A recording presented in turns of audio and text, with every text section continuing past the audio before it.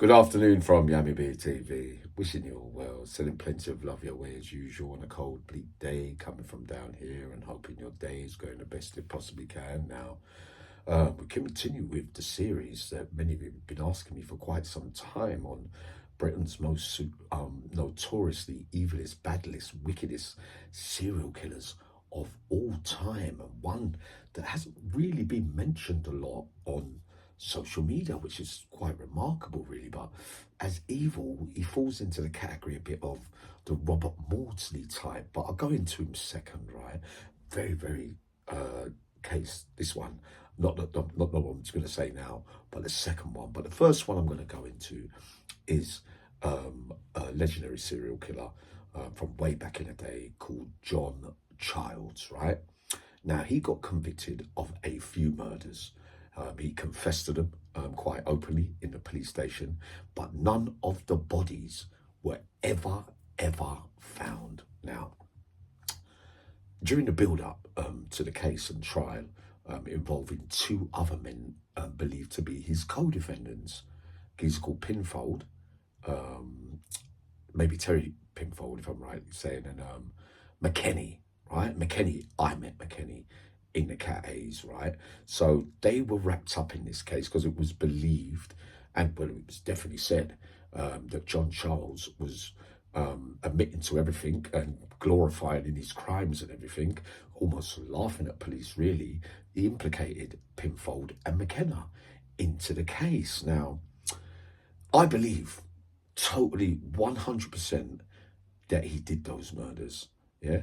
You'll see on some videos, I think they're up on YouTube and around social media, where later on in life he's talking to members of the press and people like that, and it seems like he's acting a little bit, and you almost think that he's not really, he could be a fantasist, if you get what I mean. McKenna and Pinfold in the end got off the case years and years later, but had to go through a torturous time during that Category A stay of theirs at being at the hands of their so-called co-defendant, Johnchilds, who had implicated him, right?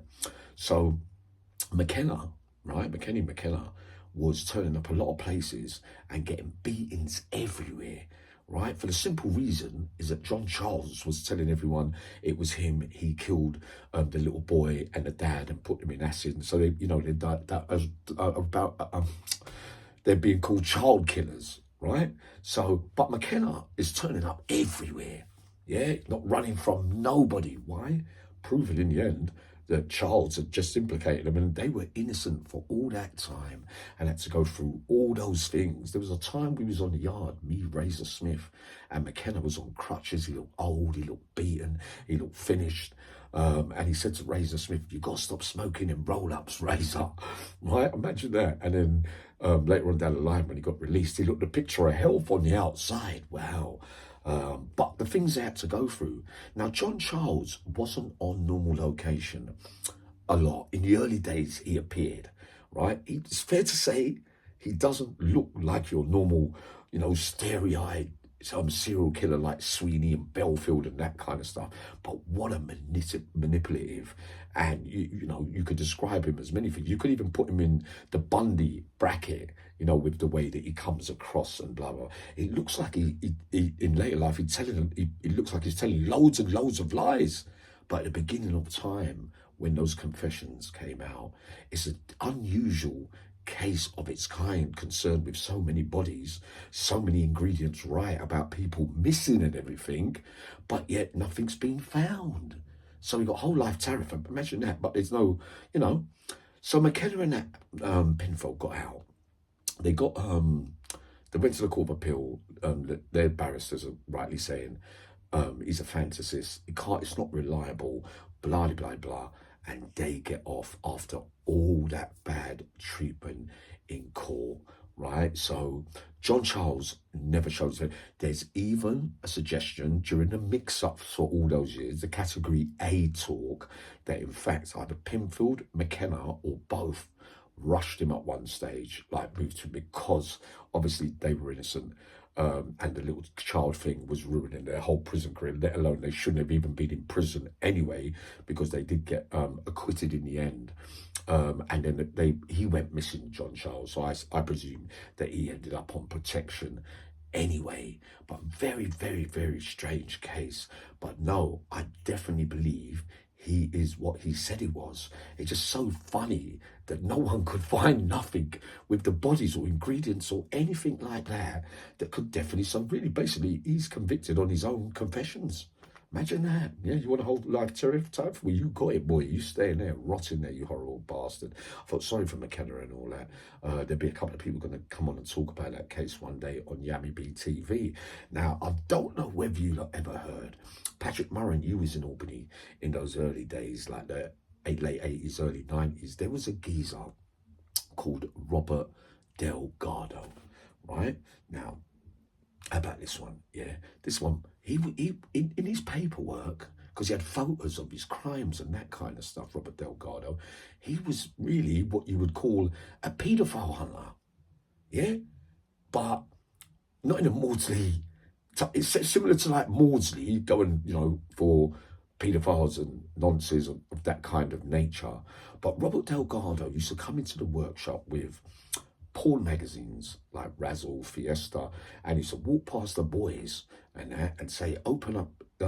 He goes, you lot interested in any porn magazines? And when he opens up the porn magazines, right, everyone's be looking, expecting to see pictures of ladies. And it was pictures of his crimes, of him torturing his victims with a blowtorch down on their genitals and all that. The case that he showed us in there was he knocked on a member. It's a soldier. It's to do with soldiers, or there's this mix up around that kind of stuff, right? But one of them, the murders, 100%, and I don't understand why it's not up there. But I'm going to tell you why I believe so now. What he tried to do, Robert Delgado, right? So it's a bit frightening, man. Obviously, with them kind of jokes and thing, but you don't play about. There's something obviously wrong there, but he's definitely not as bad as Johnchilds, if you ask me, right? But he looks more terrifying, if you get what I mean now. In the case, he knocks on the SAS man's door, knocks on the door, he opens it, bang, knocks him out, swings him up, ties him up, tortures him to death, blah, blah, blah, blah. When you Google it up there, I think his name comes up with a murder with another case, but he used to say, because he got all these media, TV, newspapers, guardians that involved to come and see him to think, because when he got caught, he had a list of all the paedophiles, of judges, armies, majors, things like that, that he was looking to hunt down and kill. He had all that written down on paper and was willing to show everybody everything. Everyone used to think he was crackers until he pulled out all the paperwork and showed everyone. And he had the photographs as well. But yet, only one case is highlighted up there, which is really strange. So does it stink of a cover-up? But in reality, there will be many men from those days in Albany, and I was just a little whippersnapper then, that will remember that he was showing everybody everything, mate. And if he would have got round to doing what he was going to do, he would have gone down as one of the most prolific serial killers of that nature, probably worse than Maudsley's, because the list had about 10 or 15 names on them, and major names, right? So you remember I told you this, Robert Delgado. And those who remember Bob Delgado will be able to tell you more, if, of course, you was around at that time in Albany prison. Coming up soon, some more drama. I might even go live again later on, right? But sending special love to you all.